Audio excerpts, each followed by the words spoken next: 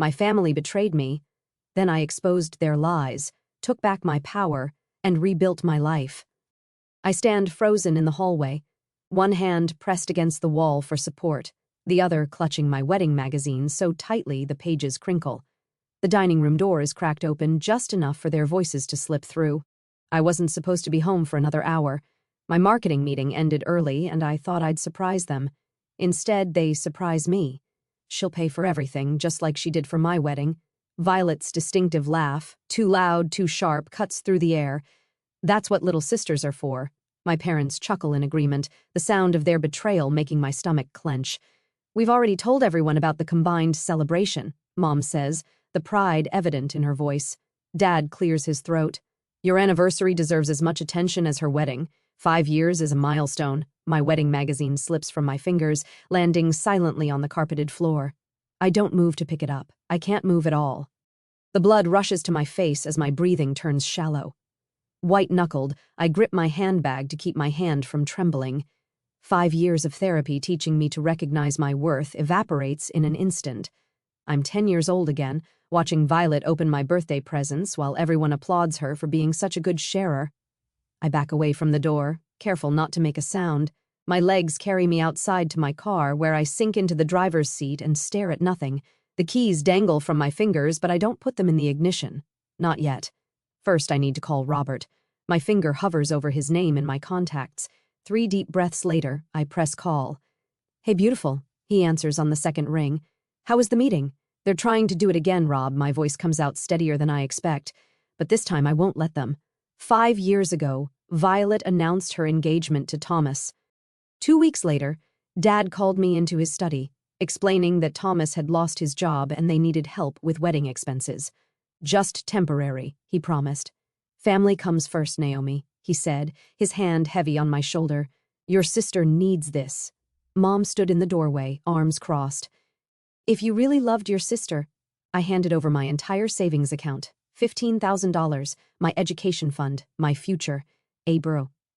It's just a semester, Mom said when I had to drop out of college. You can always go back. 3 semesters later, I was still working 2 jobs, watching my dreams collect dust while Violet danced at her reception in a dress that cost more than my car. That night, I made myself a promise while Sisters by Rosemary Clooney played over the speakers. Never again.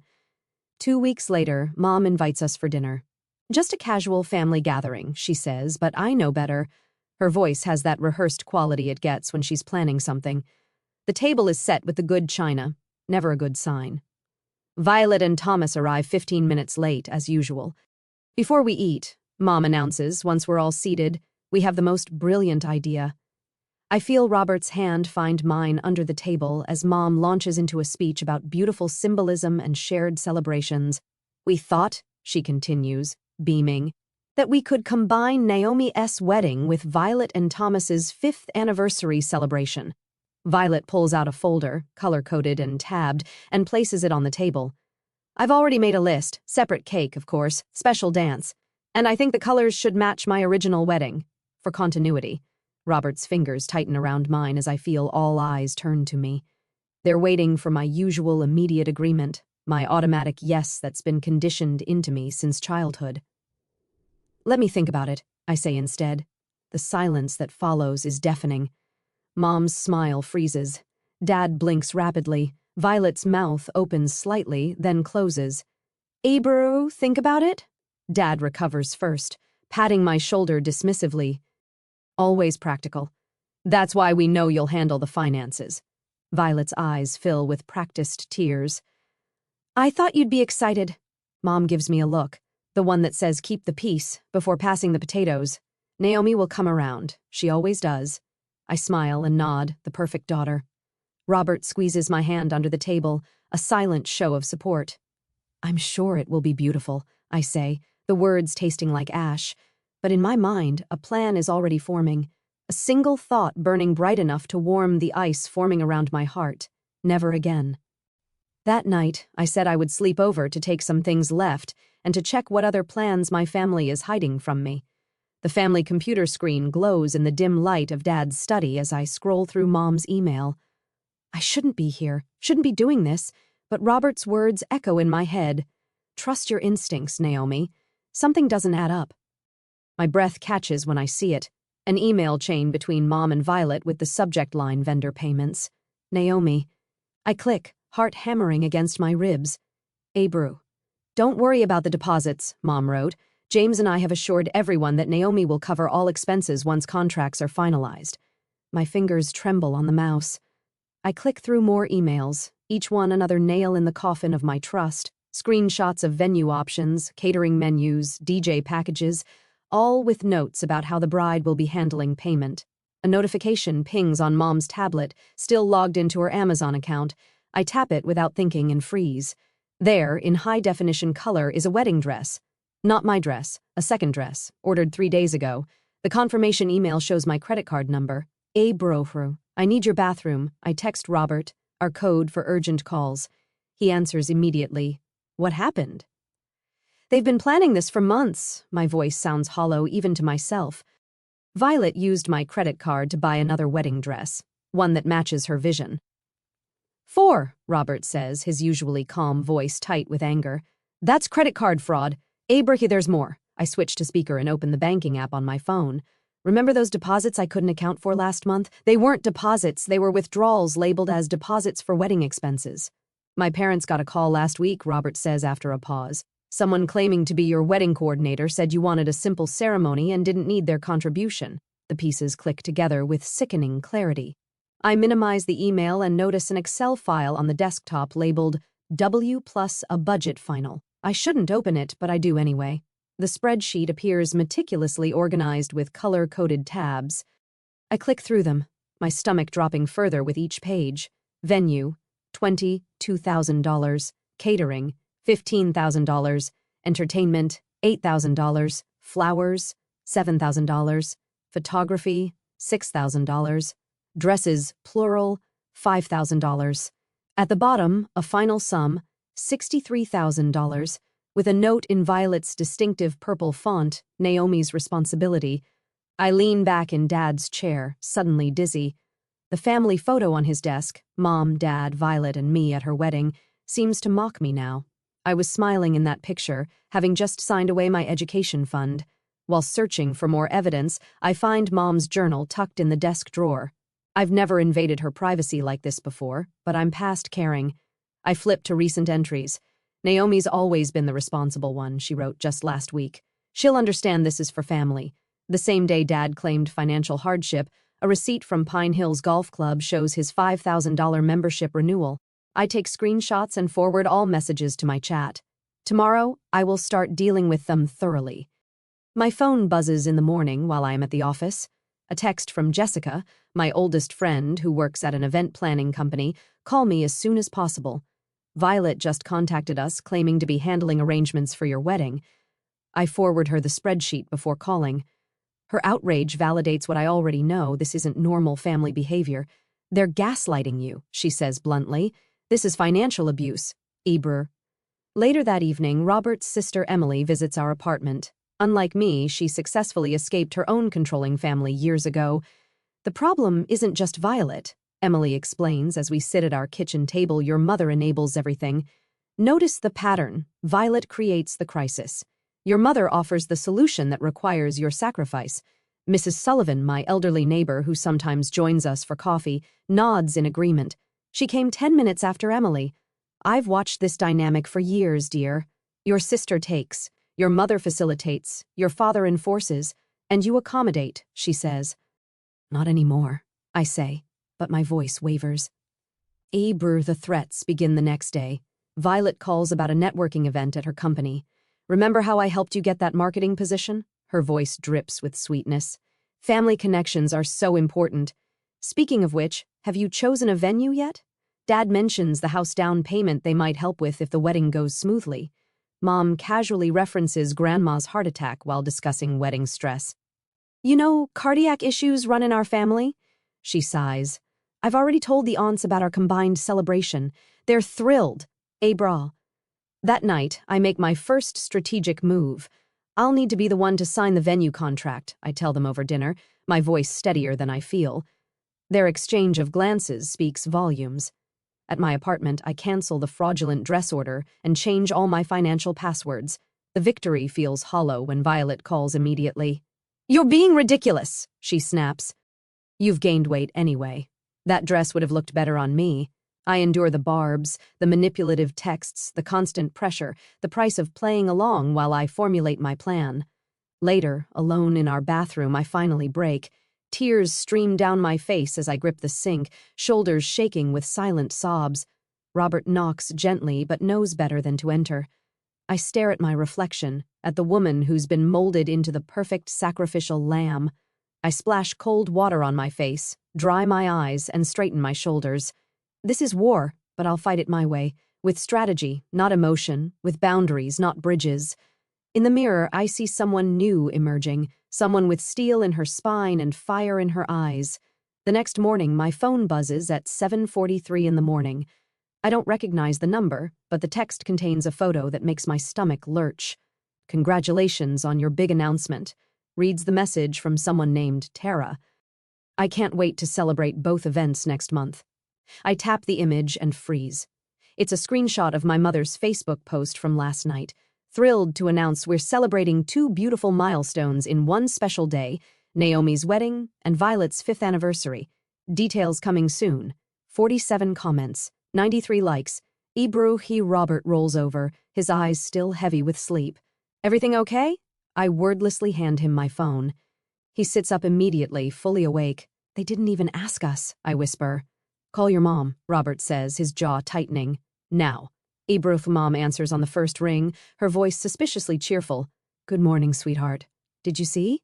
"Take it down," my voice comes out steadier than I feel. "What? The post, Mom. Take it down. We never agreed to this." She laughs like I've told a particularly amusing joke. "Oh, Naomi, everyone's so excited.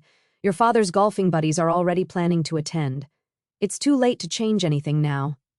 The familiar weight of obligation settles on my chest. Too late. Always too late to stand up for myself. "We'll talk about this later," I manage before hanging up. 3 days later, I'm at Elegance Bridal with Jessica, trying on the simple A-line dress I chose weeks ago. I twist in front of the mirror, admiring how the ivory fabric catches the light. "It's perfect," Jessica says, snapping a photo. "Classic, but not boring. Totally you."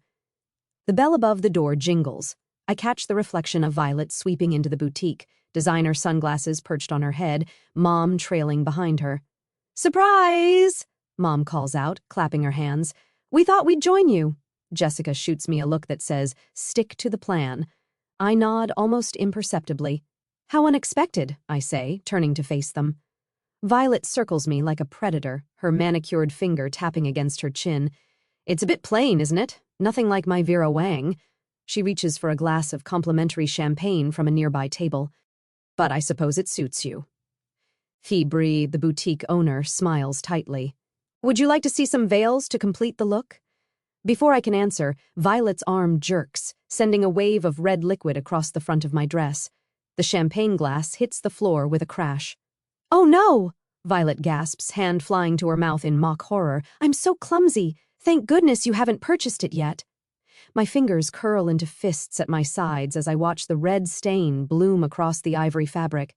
The boutique owner rushes for club soda, but we all know the dress is ruined. Mom pats my arm. "Don't worry, dear. This was clearly meant to be. We'll find something that complements Violet's anniversary dress." 2 hours later, I meet Robert at his office for lunch, my hands still shaking. "They destroyed my dress, Rob, on purpose." Robert's eyes darken. "That's it. No more playing nice." "Dad called this morning while I was at work," I say. "They've scheduled a walkthrough at Rosewood Manor for tomorrow. They expect us to sign the contract right away." Robert takes my hand across the table. "Then we go to Plan B, Ibro." The next afternoon, we stand in Rosewood Manor's grand ballroom. Crystal chandeliers hang from 30-foot ceilings. Floor-to-ceiling windows overlook manicured gardens. It's breathtaking, and exactly the kind of extravagant venue I never wanted. "Perfect for your sister's grand entrance," Dad says, clapping the venue manager on the shoulder. "And plenty of room for all 200 guests." 200? I echo. "We agreed on 50. Ibrahim, Mom waves dismissively. "We couldn't possibly cut the list now. Everyone's already been notified." The venue manager, Mr. Phillips, produces a thick contract. If we could just get signatures and the deposit today, we'll be all set for next month's celebration. Dad pulls out his pen with a flourish. I'll sign first, then Naomi can. Actually, I interrupt, surprising everyone, including myself. My fiancé and I agreed that both our signatures are required on any contract. That's non-negotiable. The silence that follows feels electric. What are you talking about? Mom asks, her smile strained. Robert doesn't need to be bothered with these details. It's our wedding, I say quietly. We make decisions together. Violet snorts. Since when do you make decisions at all? Hey, bruv. I reach into my bag and pull out a folder. Since I discovered these, I place printouts of unauthorized credit card charges on the table, charges for items I never approved, made with my stored card information. Mom pales.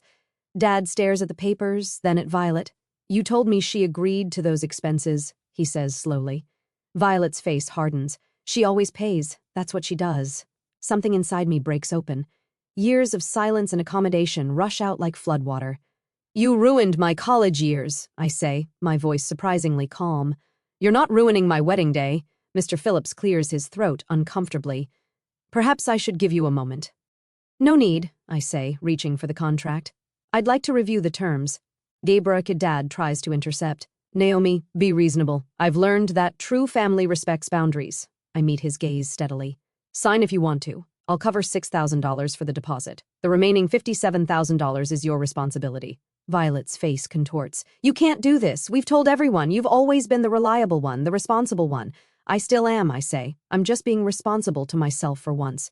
Dad looks from me to the contract, then back again. Something shifts in his expression. Surprise, perhaps even a flicker of respect. He signs his name with less flourish than before. That evening, Jessica calls with news. I found the perfect spot for the real ceremony, small chapel by the lake, available the weekend before. And Robert's parents offered their lake house for the reception, I tell her, feeling a surprising lightness in my chest. How much was the deposit again? Jessica asks. $6,000. That's a lot of money to walk away from. I think about years of giving in, of putting everyone else first. It's my freedom fee, I say. Worth every penny. Later, Robert and I sit cross-legged on our apartment floor, surrounded by plans for our real wedding, the one only our closest friends will attend. I'm proud of you, Robert says, pressing a kiss to my forehead. I pick up a pair of scissors from the coffee table and hold them up to a strand of my hair. The long, straight style my mother always insisted was most flattering. What do you think? I ask. Time for a change? Robert grins. Absolutely. The scissors make a satisfying snip. Dark strands fall to the floor around me. With each cut, I feel lighter. For the first time, I say, watching my reflection change in the window, I'm not just their daughter or Violet's sister. I'm choosing to be me. After my impromptu haircut, I try on the simple white sundress we ordered online. No train, no beading, no cathedral veil, just clean lines and comfortable fabric. This feels like me, I whisper. Not their version of me. Later, Jessica arrives with a detailed timeline tucked under her arm. Decoy wedding at Rosewood, real wedding at the chapel. I've mapped it down to 15-minute increments. Emily, Robert's sister, brings a legal folder. My friend at the firm confirmed it. Since your parents signed the venue contract, they're legally responsible for the bill, not you. We work into the night, creating our escape plan. Every guest, every detail, every contingency accounted for. I can't believe we're really doing this, I say, feeling the first genuine laugh bubble up inside me in months. Mrs. Sullivan stops by with homemade cookies, her eyes crinkling with wisdom. Sometimes the kindest thing is walking away, she says, squeezing my hand. I wish I'd had your courage 50 years ago. The night before the wedding, Violet appears at my apartment unannounced. Her eyes narrow at my newly short hair. The venue called, she says without preamble. They need final payment confirmation. I smile calmly. Everything's been taken care of. Tomorrow will be unforgettable. Something in my tone makes her pause. She studies my face, searching for the familiar signs of capitulation. Finding none, she leaves with a huff. After she's gone, I pull out a small overnight bag from under the bed and carefully pack the essentials. White sundress, new flats, marriage license. Robert watches from the doorway. Ready? He asks. I zip the bag with finality, more than I've ever been. The next morning, a makeup artist dabs powder across my forehead as I check the time. 9:17 in the morning. Perfect. I snap a selfie in the bridal robe Jessica borrowed from her cousin's salon, making sure the generic background reveals nothing about our actual location. Sending the first bait?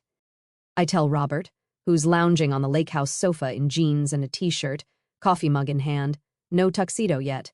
We have hours before our real ceremony. Broke. I attach the photo to a group text, getting started, running a bit behind, but so excited. Then I add 3 bride emojis and a champagne glass. Exactly the kind of overenthusiastic text they'd expect. Mom responds instantly. Everyone's arriving at the venue. Your father is greeting the Hendersons now. They're all there, I tell Robert. The weight of 5 years lifting from my shoulders, 200 guests and a $63,000 bill. Robert raises his coffee mug. To freedom. My phone buzzes with Violet's text.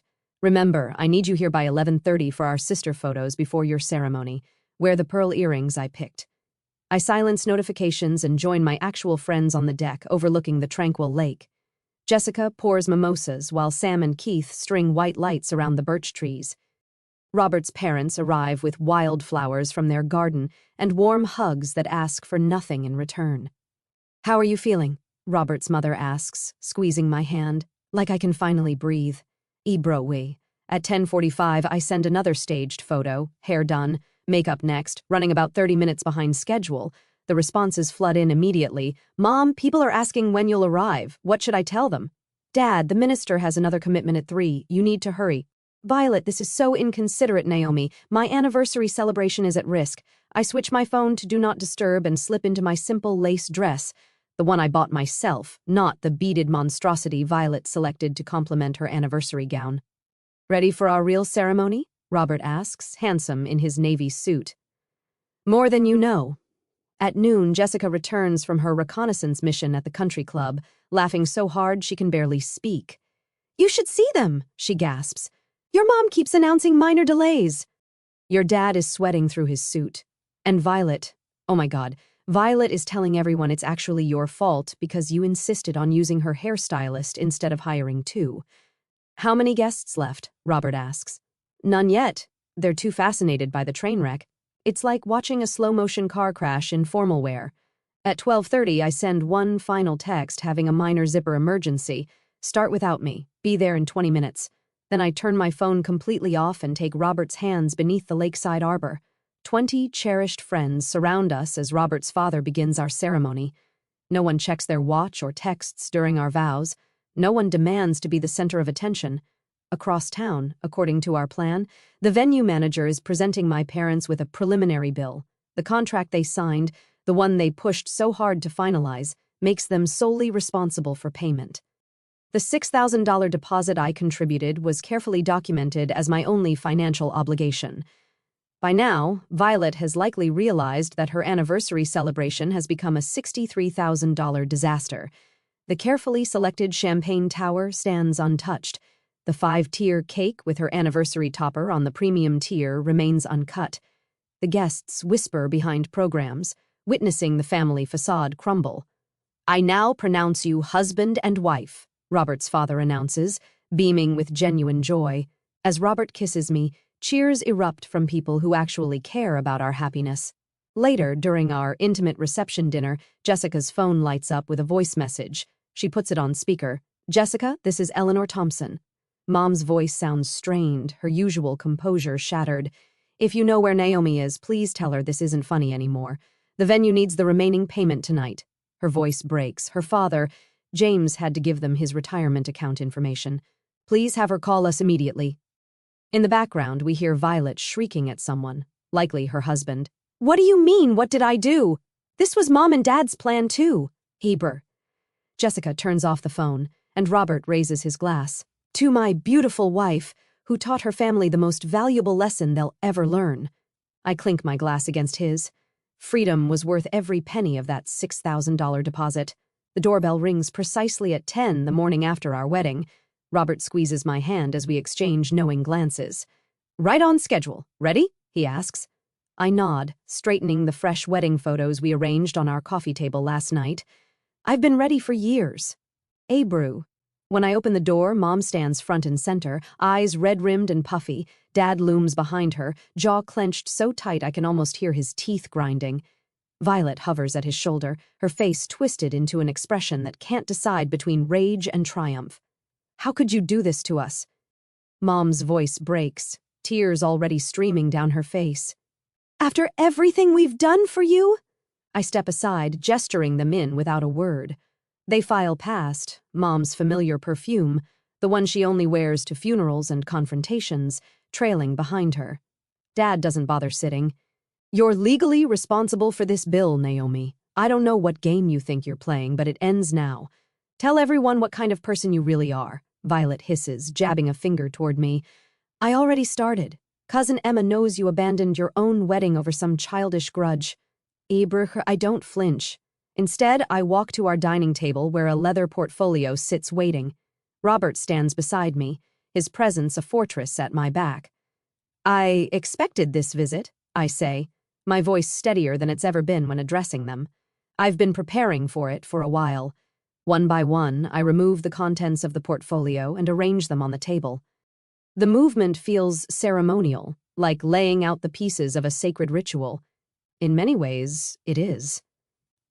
Abria, what's all this? Dad asks, impatience edging his voice. I press play on my phone. Violet's voice fills the room. She'll pay for everything, just like she did for my wedding. That's what little sisters are for, followed by my parents' unmistakable laughter, their faces pale in perfect unison. Recording conversations is, Dad starts, perfectly legal in this state with one-party consent. Robert finishes for him, his law degree finally proving useful against my family. Abruch, I slide bank statements across the table. Here's proof of the $6,000 deposit I agreed to pay, the only payment I ever committed to. Mom reaches for the papers with trembling hands. But the venue manager said, I have the email trail right here, I continue, laying out printed correspondence, where I specifically clarified my limited financial involvement. Note the venue manager's response confirming that the contract holders, you and Dad, are responsible for the balance. Violet snatches one of the papers. This doesn't prove anything. Maybe this will. I pull out screenshots of unauthorized credit card charges, each with forensic timestamps. My credit card, Violet, for your second wedding dress, the one you ordered after spilling wine on mine. You always were so dramatic about money, she scoffs, but her voice wavers. Dad's face has taken on an ashen quality. Naomi, be reasonable. We can't possibly cover $57,000. I extract the final document, a lawyer's letter outlining their liability. The contract is in your names. The venue has your signatures. The remaining $57,000 is your responsibility. Mom collapses onto our couch, mascara creating charcoal rivers down her cheeks. Why would you do this to your own family? I lost $15,000 for Violet's wedding, I say, the words no longer sticking in my throat. I willingly paid $6,000 this time to be free of your manipulation forever. This is revenge, Dad spits, desperation replacing his earlier confidence. No, I correct him. This is the natural consequence of your actions. Ibrisa, Violet's husband, Thomas, who had been silent by the door, steps forward. So you did the same thing to your sister 5 years ago? His question lands like a stone in still water, creating ripples of uncomfortable silence. That was different, Violet stammers, looking to our parents for support, but something has cracked between them. Mom stares blankly at the coffee table.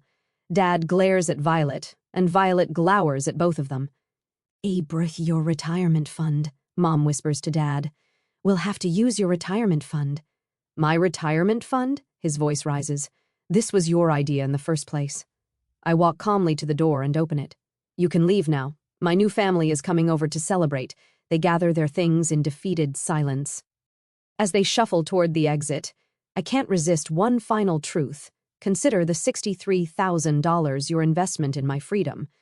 Violet pauses at the threshold, turning back with an expression I've never seen before, something like respect, tangled with resentment and perhaps a flicker of recognition. The door closes with a soft click that echoes with finality. Robert wraps his arms around me as I lean against him, suddenly exhausted and exhilarated all at once. Are you okay? He asks into my hair. Ibruch. Before I can answer, my phone chimes with a text. Jessica and the others are on their way over, bringing champagne and takeout from our favorite restaurant. I'm more than okay, I say, looking at our wedding photos, the real ones, taken at the lake house with people who truly love us. For the first time in my life, I'm free. Hebrew. A year later, the scent of roasting turkey fills our new home as I arrange a centerpiece of crimson and gold chrysanthemums on our dining table. Through the window, November sunlight spills across the hardwood floors we installed ourselves last month. Robert catches my eye from the kitchen doorway and raises his wine glass in a silent toast. 1 year exactly, he says, his smile reaching his eyes. I nod, my chest warm with contentment rather than the familiar tightness of anxiety. 1 year since we chose ourselves. 1 year since we walked away from the elaborate charade my family had planned and married by the lake instead, surrounded only by people who truly loved us. The wedding photo on our mantel captures that perfect moment. Robert and I laughing as the weather's beautiful colors danced around us, neither of us looking at the camera. Real joy doesn't pose. The doorbell chimes, interrupting my thoughts. Through the peephole, I see Violet standing alone on our porch, her shoulders hunched against the cold in a way I've never seen before. No Thomas, no dramatic entrance, just my sister, looking smaller somehow. When I open the door, I stand tall in my own doorway. Unlike that day I overheard them plotting in the dining room, I feel no trembling in my hands, no weakness in my knees. I came to apologize, Violet says, her voice lacking its usual sharp edge. Really apologize. I study her face, searching for the familiar manipulation. Instead, I find something new, humility. Dad and Mom had to use their retirement savings to pay the venue, she continues when I remain silent. It was a reality check for all of us. I gesture toward the living room. Come in, the others will be here soon. Bro. She hesitates. Thomas threatened divorce, unless I started therapy. He said he couldn't be married to someone who treats family like stepping stones. For a moment, I see the little girl who once held my hand on the first day of kindergarten, before she learned to see me as competition rather than as a sister. How's that going? I ask, genuinely curious. Hard, she admits, but necessary. The front door opens behind us as Jessica arrives carrying a homemade pie, followed by Emily and Robert's parents. The warmth of their greetings fills the entryway. Later, gathered around our table, Robert raises his glass. To chosen family and second chances. The conversation flows easily, untainted by the tension that characterized family gatherings of the past. When Emily's college-aged cousin mentions pressure from her parents to change majors, I share what took me years to learn. Sometimes the most loving thing you can do is refuse to be someone's victim.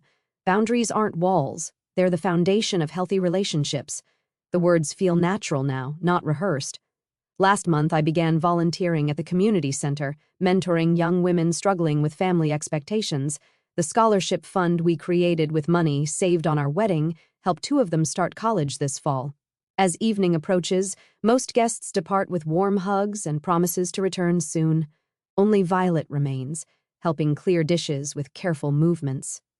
You're welcome here as my sister, I tell her quietly by the sink, not as the person who tried to ruin my wedding. She nods, accepting the boundary without argument. Mom started to see it too, how she enabled everything. She asked if she could call you sometime. Later, after Violet leaves, Robert presents a small package wrapped in silver paper. Happy anniversary, he whispers. Inside is a shadow box containing our framed $6,000 venue deposit receipt mounted against burgundy velvet. The inscription reads, "Best investment we ever made in our freedom and future." I trace the glass with my fingertip, smiling at the simple truth of it. Some lessons are expensive, but worth every penny.